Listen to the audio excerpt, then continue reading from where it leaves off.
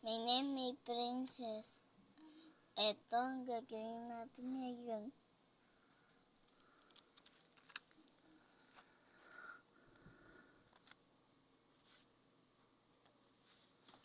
Ma. Ma. Who. Who. Well done. Well done.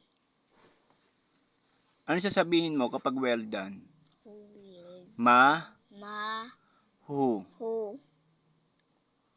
Ma. Who. Ma. Ma. Sheep. Sheep. Well done. Well done. Ang ma-sheep, sinasabi yon kapag said to more than one person. Marami kang pagsasabihan. Ma-sheep.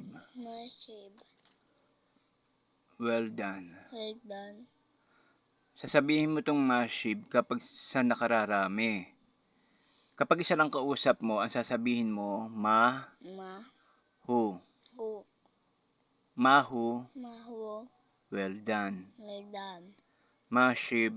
Ma. Sheep. Well done. Well done. Kanino mo sasabihin yung ma-sheep? Ma. Sheep.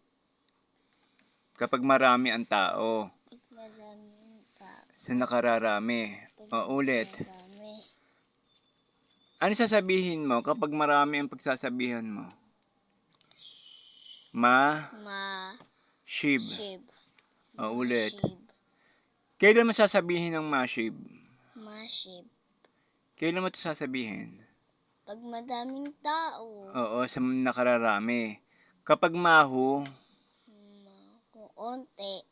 isa lang, isang tao. Ano sasabihin mo kapag isang tao? Ma. Ma. Who. Who. Mahu. Ano ibig sabihin ng mahu? Mahu. Isang tao. Well done. Well done. Mahu, ibig sabihin ng mahu, well done. Well done. Ulit. Ang ma-sheep naman, ano ibig sabihin ng ma-sheep? Well done. Well done din yan. Kanino mo sasabihin ng ma-sheep? Isa marami. Sa nakararami, sasabihin mo ma-sheep. Ma. Sheep. Ano ibig sabihin ng ma-sheep? Well done. Well done. Mahu. Mahu. Ano ibig sabihin ng mahu? Well done din. Well done din. Sasabihin mo lang to sa iisang tao. Well done. Mahu. Mahu. Ang ma-sheep, kanino mo sasabihin?